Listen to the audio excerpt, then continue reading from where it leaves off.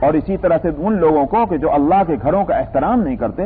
فرمایا کہ ان کے لیے مناسب نہیں تھا کہ مسجدوں کے اندر اس حالت میں داخل ہوں کہ معلوم ہوتا ہے کہ بالکل اللہ کا خوف ان کے دلوں کے اندر نہیں. خوف اور خشیت کے ساتھ اللہ کے گھروں میں آنا چاہیے. یہ قرآن کو اور میں اس کی ہدایت ہوئی، گویا اللہ کو یہ بات پسند ہے کہ یوں تو اللہ کا ڈر سب جگہ ہو، مگر ظاہر ہے کہ جب اللہ کے نام کے جو گھر بنے ہوئے ہیں ان میں تو اللہ کا خوف، اللہ کا ڈر اور بھی زیادہ ہمارے اوپر مسلط ہونا چاہیے. اسی لیے مجھے بہت حیرانی ہوتی ہے، اور میں نے ایک آدھ دفعہ ذمہ داروں سے کہا بھی کہ بھائی اسے ریلنگ کو یہاں سے ہٹا دیجیے. یہاں جمعہ کے دن ایک تماشا دیکھنے میں آتا ہے، لوگ آ کر یہاں ٹیک لگا کر بیٹھ جاتے ہیں اور پیر جو ہے وہ قبلہ کی طرف پھیلا دیتے ہیں. اب کس کس کو پکڑیے، کس کس کو کیا کہیے؟ میں کہتا ہوں ان کو ہٹائیے ریلنگ کو، یہاں سے نہ ہوگی نہ ٹیک لگا کے اور قبلے کی طرف کو پیر پھیلا کے بیٹھیں گے. اس سوسائٹی اور اس معاشرے میں پیروں کا پھیلانا اور سمیٹنا چاہے کوئی اہمیت نہ رکھتا ہو، لیکن آخر جو روایات بزرگوں نے قائم کی ہیں ان روایات کا کچھ تو ہم لوگ احترام کریں.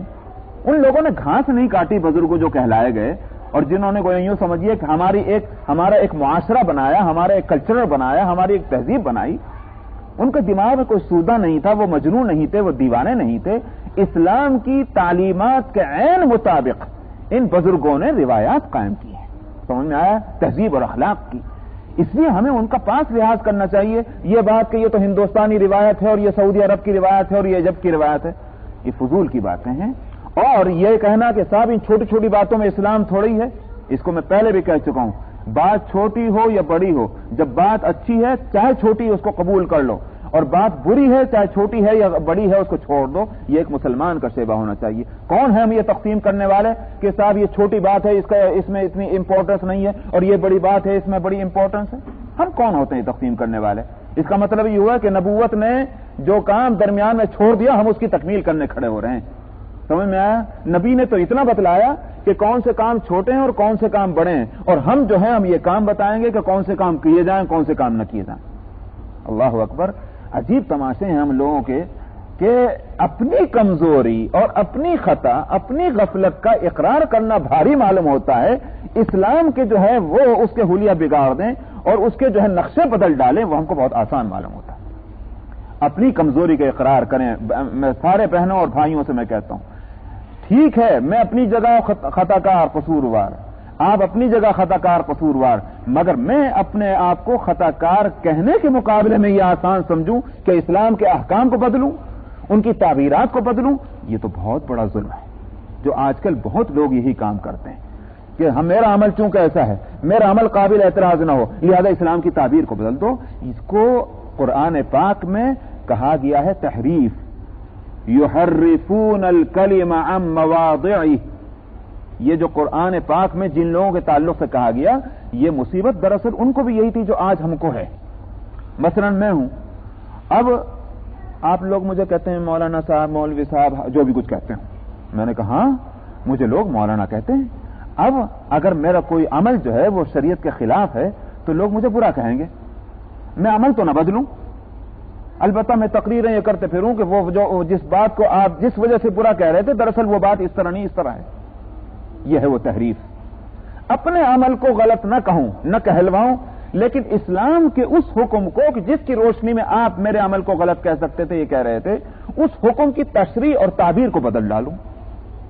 یہ ہے وہ تحریف جو علماء یہود کیا کرتے تھے کہ اپنے عمل کو، اپنے دنیا کے سمیٹنے کے اس عمل کو صحیح قرار دینے کے واسطے تورات کے اندر سے احکام بدلتے تھے. اس بدلنے کی دو صورتیں تاریخ میں بتلائی گئی ہیں.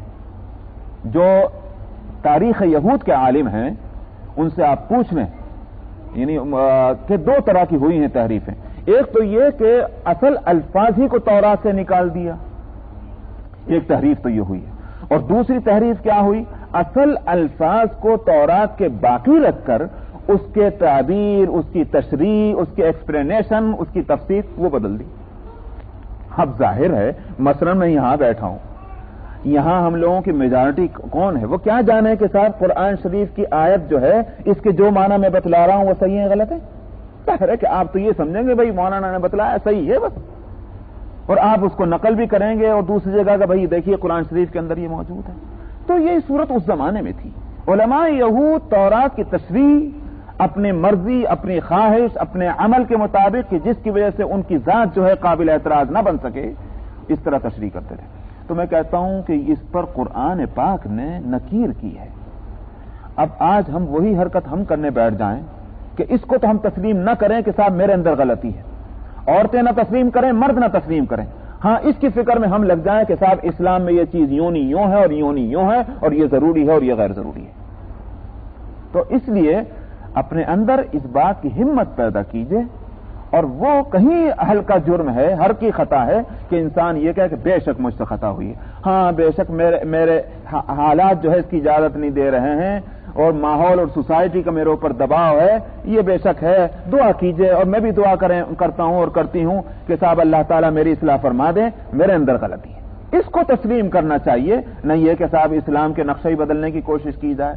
تو میں نے عرض کیا کہ اب جو ہے یہ ہم نے اس لیے اس وقت لگایا تھا. لیکن اگر کچھ عورتیں اس کی وجہ سے جو بیچاری چاہتی ہیں کہ وہ پردے میں بیٹھیں، وہ نہیں چاہتی کہ عورتوں کے سامنے آئیں، ہم کون ہیں ایسا کرنے والے کہ نہیں نہیں صاحب دیواریں ہٹائیے. اگر ان 50 عورتوں کے اندر ایک عورت بھی وہ ہے کہ جو اپنے آپ کو اس ملک میں پردے کے اندر رکھنا چاہتی ہے، تو یہ غلط ہوگا کہ ہم میجارٹی کا خیال کر رہے ہیں. صاحب مینارٹی میں کا ہم نہیں خیال کرتے، ہم تو میجارٹی کا خیال کریں گے. صاحب ایک عورت جو ہے وہ پردہ چاہتی ہے مگر 49 عورتیں جو ہیں پردہ نہیں چاہتی، میجارٹی کا خیال کریں گے. غلط ہے. اسلام کے مقابلے میں مینارٹی میجارٹی کوئی چیز نہیں. ایک نمازی ہو اور 49 بے نمازی ہوں، مسجد میں آپ کس کا خیال کریں گے؟ نمازی کا یا بے نمازی کا؟ سمجھ میں آیا؟ ٹھیک وہی صورت یہاں بھی ہے. اس لیے جو لوگ یہ کہتے ہیں کہ ایم سی سی کے اندر یا ہمارے اداروں کے اندر ڈبل رول ہے، وہ اپنے دماغ کا علاج کرائیں. میں صاف کہتا ہوں.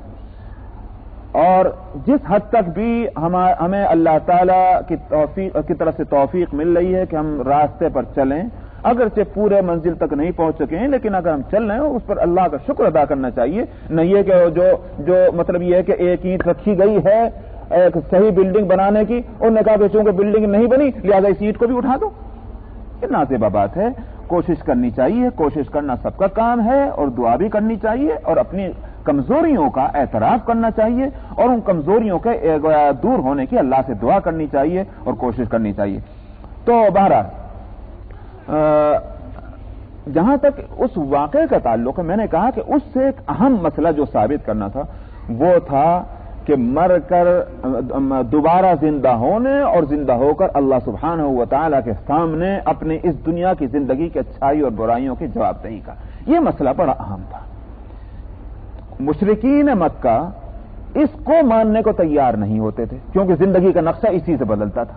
جیسے آج ہماری حالت ہے کہ ہم کہتے ہیں کہ ہمارا معبود کون؟ کہ اللہ. ہمارے پیغمبر کون؟ کہ محمد رسول اللہ. ہماری کتاب کون سی؟ قرآن.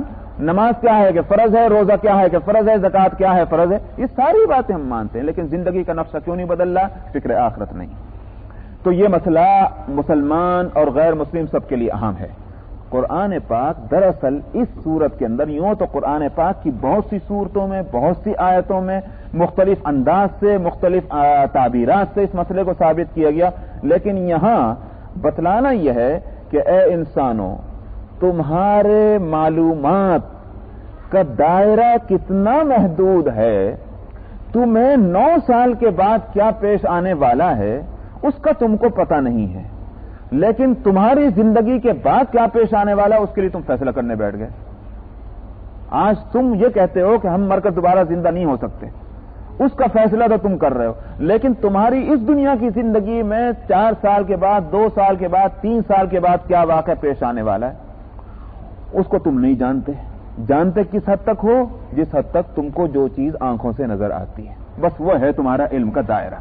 سمجھ میں آیا؟ تم دیکھ رہے ہو کہ روم کے پاس طاقت نہیں، فارس کے پاس طاقت ہے، فارس نے روم کو دھکیل دیا. اب تم یہی کہہ سکتے ہو کہ کبھی بھی روم جو ہے غالب نہیں آئے گا. یہ ہے تمہارے گویا ایک علم اور معلومات کا دائرہ. ہم یہ کہہ رہے ہیں کہ نہیں، یہ روم جو ہے غالب آئے گا، چنانچہ تم دیکھ لو گے کہ روم غالب آیا. بات کس کی صحیح نکلی؟ تمہاری یا ہماری؟ اسی طرح سے قیامت کے تعلق سے جب ہم خبر دے رہے ہیں کہ مر کر تم دوبارہ زندہ ہوگے، کیوں نہیں مان لیتے اس بات کو؟ اپنے تم دماغ کے سے کیوں فیصلہ کرنا چاہتے ہو؟ تمہارے دماغ کی سوچ کا دائرہ وسیع نہیں ہے. یہ ہے وہ نقطہ کہ جو اس صورت میں بتلانا ہے. اس لیے یہاں آگے فرما رہے ہیں اللہ یبدأ الخلق ثم یعیدہ. اللہ ہی نے ابتدا کی ہے پیدائش کی اور پھر وہی اس کو لوٹائے گا. کس کو؟ اس پیدا ہونے کو. آج کیا برسوں سے ایک کام چل رہا ہے جس کو سائنس کی زبان میں کلوننگ بھی کہا جاتا ہے. آپ دیکھتے ہیں کہ بعض پلانٹس جو ہیں ان کی ایک ٹکڑا آپ لیتے ہیں اور لینے کے بعد زمین میں اس کو گاڑ دیتے ہیں. لیجیے صاحب پھر وہی درخت تیار ہو گیا.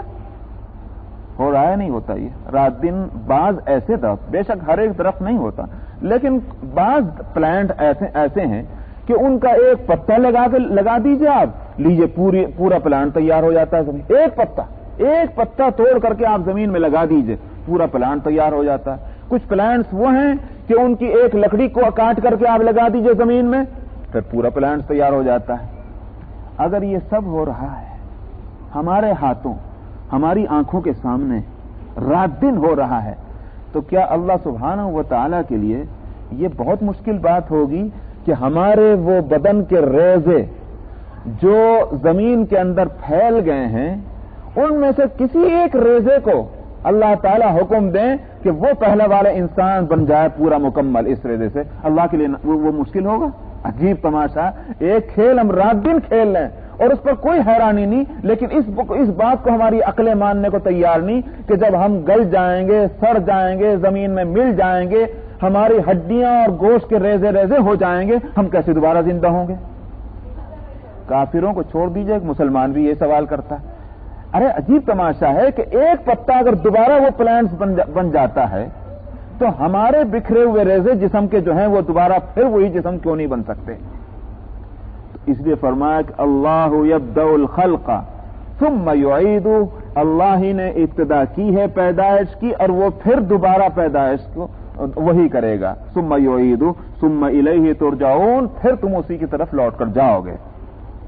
وَيَوْمَ تَقُومُ السَّاعَةُ يُبْلِسُ الْمُجْرِمُونَ. لیکن اللہ سبحانہ و تعالیٰ کے کام یوں تو اسباب کے ساتھ لگے بندھے ہیں، سمجھ میں آیا؟ لگے بندھے ہیں، لیکن آپ دیکھتے ہیں صاحب بچہ کیسے پیدا ہوتا ہے؟ ظاہر ہے کہ ایک مرد کی ایک عورت سے شادی کی گئی اور اس کے بعد ان دونوں کی ملاقات ہوئی اور پھر جب اللہ نے چاہا تو اس کے بعد وہ پریگننٹ ہوئی وہ عورت اور پھر 8 مہینے 9 مہینے گزرے تب جا کر ہوا. مگر اس کے باوجود ہوتا کیا ہے؟ یہ معلوم ہے کہ بچہ پیدا ہونے جا رہا ہے، مگر خوشی کب ہوتی ہے؟ جب بچہ پیدا ہوتا ہے. یہی تو ہوتا ہے نا. ایک بیمار کو ہم دیکھ رہے ہیں، بیمار ہے، ڈاکٹر یہ کہہ رہے ہیں کہ یہ بچنے والا نہیں ہے، لیکن کسی کو نہیں دیکھا پہلے سے رو رہا. روتا کب ہے؟ جب وہ مر جاتا ہے، اس کی جان نکل جاتی ہے. 5 سال 2 سال 6 مہینے سے تیماردار بھی نا امید، ڈاکٹر بھی نا امید، لیکن رونے والے کب روتے ہیں؟ جب یہ ڈیسائیڈ ہو جاتا ہے کہ یہ مر چکا ہے. تو اسی طرح سے قیامت کی علامات پے در پے آتی چلی جائیں گی اور آ رہی ہیں ہماری آنکھوں کے سامنے.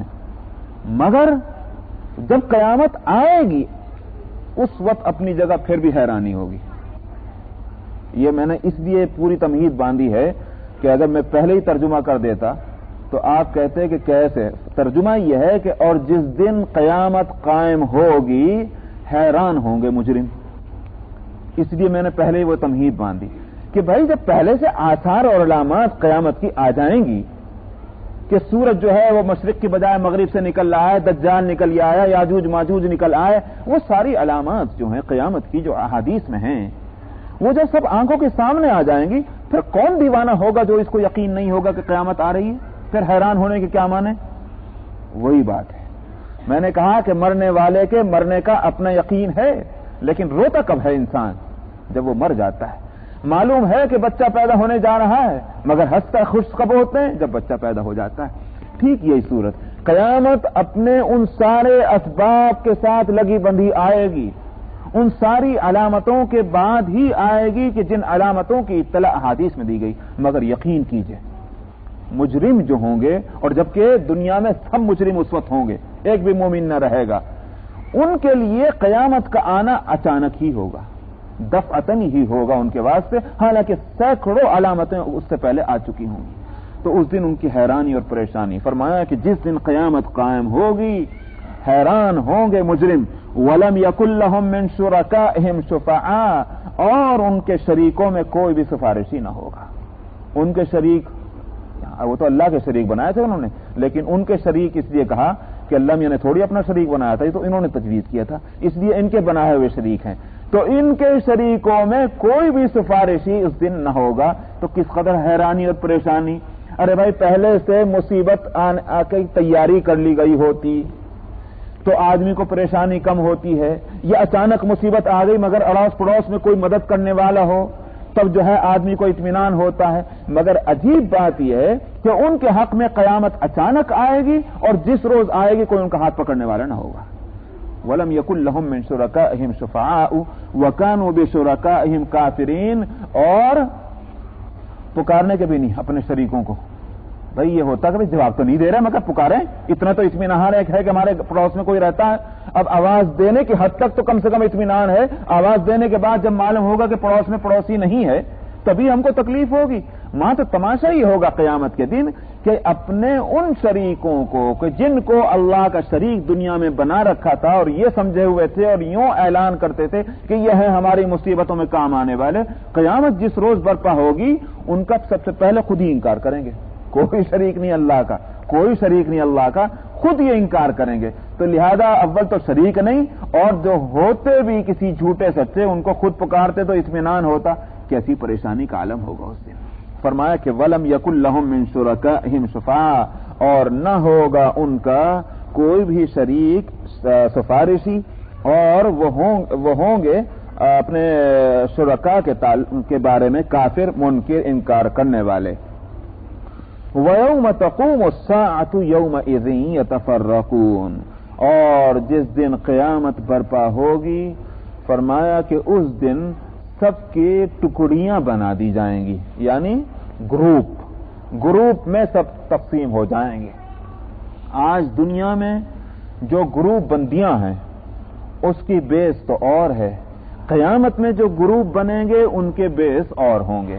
یہاں گروپ بنتے ہیں یا تو بلڈ ریلیشن پر, خونی رشتے کی بنیاد پر کہ صاحب یہ ہماری فیملی ہے یا ہماری برادری ہے, یا وطن کی بنیاد پر, یا صاحب یہ ہمارے ہوم لینڈ کے رہنے والے ہیں صاحب, یا اسی طرح سے زبان کی بنیاد پر کہ صاحب یہ ہمارے ہم زبان ہیں لہذا یہ ہمارے گروپ ہیں, یا اسی طرح سے کچھ فکر اور خیال کی جو یکسانیت یا مصلحتوں کی یکسانیت, تو ان بنیادوں پر گروپ بن جاتے ہیں. آخرت میں بھی گروپ بنیں گے مگر وہاں بیس بالکل چینج ہو جائے گی. وہاں کیا بیس ہوگی آگے فرما رہے ہیں. فَأَمَّا الَّذِينَ آمَنُوا وَعَمِلُوا الصَّالِحَاتِ فَهُمْ فِي رَوْضَةٍ يُحْبَرُونَ, ایک گروپ تو وہ ہوگا کہ جن کو کہا گیا کہ وہ ایمان والے. سو جنہوں نے ایمان قبول کیا ہوا تھا, جو ایمان لے آئے تھے اور نیک عمل وہ کرتے تھے, وہ باغوں کے اندر خوش بخوش ہوں گے. روضۃ یحبرون, یحبرون کے معنی ہے وہ بہت خوش ہوں گے, کسی طرح کا غم اور فکر ان کو نہ ہوگا, سرسبز اور شاداب علاقے کے اندر. روضہ اس کے معنی ہیں اصل باغ کے, لیکن باغ سے مطلب کوئی یہ نہیں ہے کہ بھئی آبادی سے نکال کر جنگل میں لے جا کے بٹھا رہے, یہ کون سا انعام ہے. مراد ہے اس سے سرسبز اور شاداب جگہ. سمجھ میں آئی نہیں بات؟ ایسا بیابان نہ ہوگا کہ جہاں نہ اوپر آسمان اور نیچے جو ہے پتھر, اور نہ کوئی درخت, نہ کوئی چڑیا, نہ آدمی, نہ آدمزاد. ظاہر ہے کہ اس بیابان کے اندر کیسے آدمی کو چین آئے. روضہ کے معنی یہ ہے کہ سرسبز اور شاداب, ایسی جگہ کہ جہاں تنہا بھی ہو تو آدمی کا دل لگے, تو آنکھوں کو ٹھنڈک ملے, دماغ کو سکون ملے, وہ ہے روضہ سے مراد کہ باغوں کے اندر وہ خوش بخوش ہوں گے. وَأَمَّا الَّذِينَ كَفَرُوا وَكَذَّبُوا, دوسرا گروپ کن کا ہوگا؟ جو جنہوں نے کفر کیا اور جھٹلایا ہماری آیتوں کو اور آخرت کی ملاقات کو. فَأُولَئِكَ فِي الْعَذَابِ مُحْضَرُونَ, ان کو تو عذاب میں گرفتار کر کے لایا جائے گا. محضرون یعنی ان کو حاضر کیے جائیں گے. تو وہاں اس طرح نہیں کہ بس آپ تشریف لائیے, باقاعدہ انویٹیشن کارڈ جائے گا. محضرون کے معنی یہ ہے کہ بالکل مجبور ہوں گے وہاں آنے پر، وہ زبردستی ان کو وہاں لایا جائے گا اور وہ آنے پر مجبور ہوں گے۔ فسبحان اللہ حین تمسون وحین تصبحون۔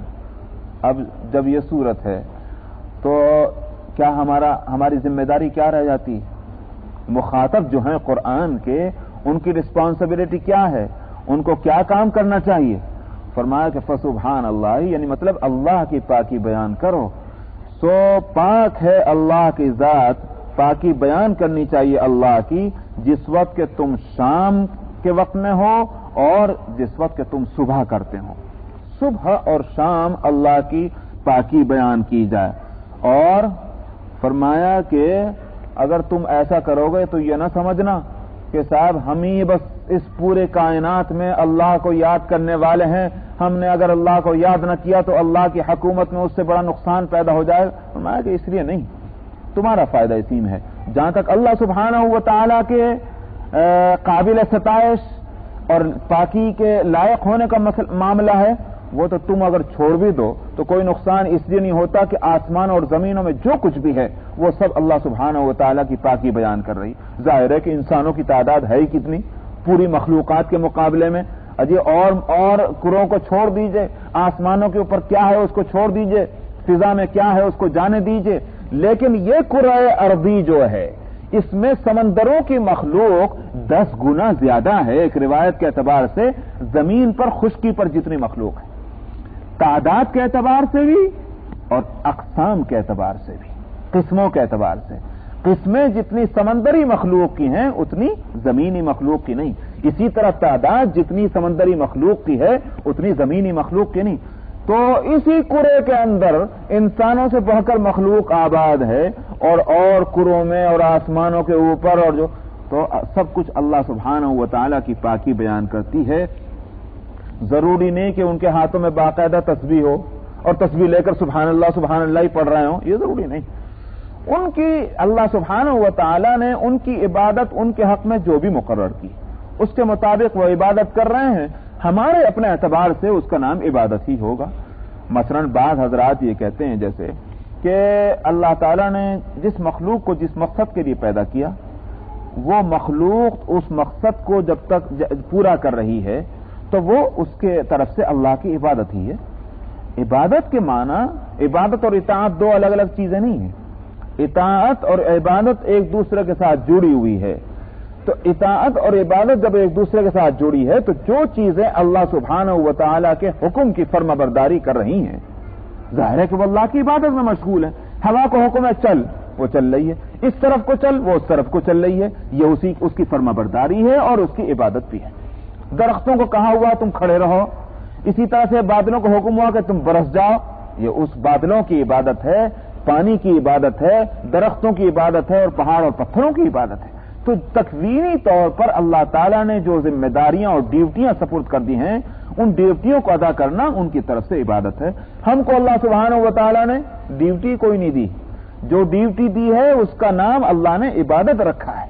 اس نے فرمایا کہ وما خلقت الجن والانس الا لیعبدون، یہی ہے ہماری ڈیوٹی۔ ہم نے انسانوں کو اور جنات کو صرف عبادت کے لیے پیدا کیا، یہ تو ہے ڈیوٹی تمہاری، اور باقی تم جو چلتے پھرتے کھاتے پیتے کماتے ہو یہ تو ڈیوٹی میں ہے ہی نہیں۔ تم کرو گے تب بھی ہم کھلائیں گے، نہیں کرو گے تب بھی ہم کھلائیں گے، مگر دنیا کے نظام کی بہتری کے لیے ہم نے یہ رکھا کہ چلو بھی پھرو بھی تاکہ تمہیں اپنے کھانے اور پینے کی قدر ہو، تم اپنی محنت سے لاؤ گے۔ بہانہ یہ ہے کہ ہم نے اپنی محنت سے کمایا ہے، مگر حقیقت یہ ہے کہ وہ ہماری محنت سے نہیں، وہ تو اللہ کی دینے سے ہے۔ کیونکہ اپنی محنت سے کما رہے ہیں تو اس کی تمہیں قدر ہوگی، اس کھانے کے اندر تمہیں ایک ایسا معلوم ہوگا جیسے وائٹامن ہمارے بدن کے اندر پہنچ رہے ہیں۔ مفت کا کھانا جو ہوتا ہے نا، فری کا کھانا، اس سے بدن میں طاقت نہیں آتی۔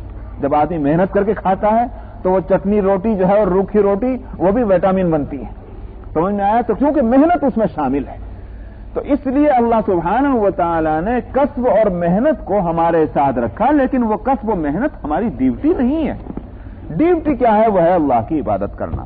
تو ہم عبادت کریں گے، اطاعت کریں گے تب عبادت ہوگی، اور جس مخلوق کو جس مقصد کے لیے اللہ نے پیدا کیا تو ظاہر ہے کہ وہ اس کی طرف سے عبادت ہے۔ تو ساری کائنات اللہ کی عبادت میں مصروف ہے۔ حضرت ابو ذر رضی اللہ عنہ کی ایک حدیث ہے، نبی کریم صلی اللہ علیہ وسلم نے فرمایا کہ والذی نفسی بیدہ لو تعلمون ما اعلم لضحکتم قلیلا ولبکیتم کثیرا ولترکتم النساء علی الفرشات ولخرجتم الی الصعودات. اور اس کا یہاں تک کا ترجمہ تو یہ ہے، آپ نے فرمایا قسم ہے اس ذات کی جس کے قبضے میں میری جان ہے، جو میں جانتا ہوں وہ اگر تم وہ باتیں جان جاؤ، فرمایا کہ تمہارا ہنسنا کم ہو جائے، تمہارا رونا بڑھ جائے، تم اپنی عورتوں کو بستروں پر چھوڑ دو اور تم بیابانوں اور پہاڑوں کے اوپر چڑھ جاؤ، جو میں جانتا ہوں اگر وہ سب باتیں تم کو معلوم ہو جائیں. اس کے معنی یہ ہے کہ یہ قلب پیغمبر ہی کا کمال ہے کہ ان ساری باتوں کا علم رکھنے کے باوجود بھی آپ شادیاں بھی کر رہے ہیں اور آپ کھا بھی رہے ہیں، آپ سو بھی رہے ہیں، سارے کام اپنی اپنی جگہ پر ہو رہے ہیں. اس لیے نہیں کہ صاحب وہ ان کے دل میں خوف نہیں، خوف پورا، تقوی پورا، خشیت پوری، لیکن یہ قلب کے باکمال ہونے کی بات ہے کہ ہر چیز اپنی جگہ پر ہو رہی ہے. لیکن ہمارے دل کمزور ہیں، ہمارے دل اتنے کمزور ہیں کہ اگر اس پر سے پردے اٹھ جائیں کہ جو چیزیں ہماری آنکھوں کے سامنے نہیں، تو پھر وہی حشر ہوگا جو نبی کریم صلی اللہ علیہ وسلم نے فرمایا. اسی بات سے یہ فرمایا گیا کہ جب آپ قبر میں مردے کو دفن کرتے ہیں تو وہ جو آتے ہیں نا، وہ جو منکر اور نکیر فوراً ہی آتے ہیں. اسی لیے آداب میں ہے کہ قبر میں دفنانے کے بعد اب تم وہاں سے چل پڑو اور پیچھے مڑ مڑ کر دیکھنا بھی بری بات ہے، مت دیکھو، بس سیدھے اپنے گھر جاؤ. تو وہ فرشتے وہ فوراً آتے ہیں اپنا کام کرنے کے لیے. انسانوں سے اس بات کو پردے میں رکھا گیا. اگر یہ بات انسانوں کے سامنے آ جایا کرتی کہ وہ آئے ہیں منکر نکیر اب سوال جواب کرنے کے لیے، پھر کس میں ہمت تھی کہ وہ ایک مہینے تک بھی اس کو نیند آتی؟ اگر فرشتوں کو اپنی آنکھ سے دیکھ لیتے اور حساب و کتاب کا حال ان کو معلوم ہو جاتا، پھر کون تھا جس کا کھانے میں دل لگتا اور سونے میں دل لگتا؟ اللہ تعالیٰ نے ازراہ عنایت اور ازراہ شفقت ان ساری چیزوں کو پردے میں رکھا تاکہ ہمارا کھانا پینا ہنسنا بولنا جو ہے وہ متاثر نہ ہو، ورنہ زندگیاں خراب ہو جاتی.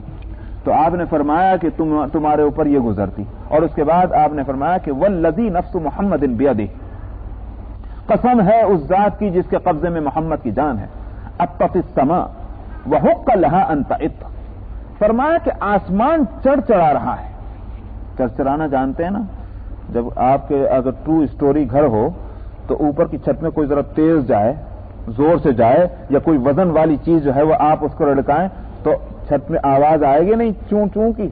یہی ہے وہ اطت السماء، آسمان چڑھ چڑھا رہا ہے. اور فرمایا کہ حق ہے آسمان کا کہ وہ چڑھ چڑھا ہے. کیوں؟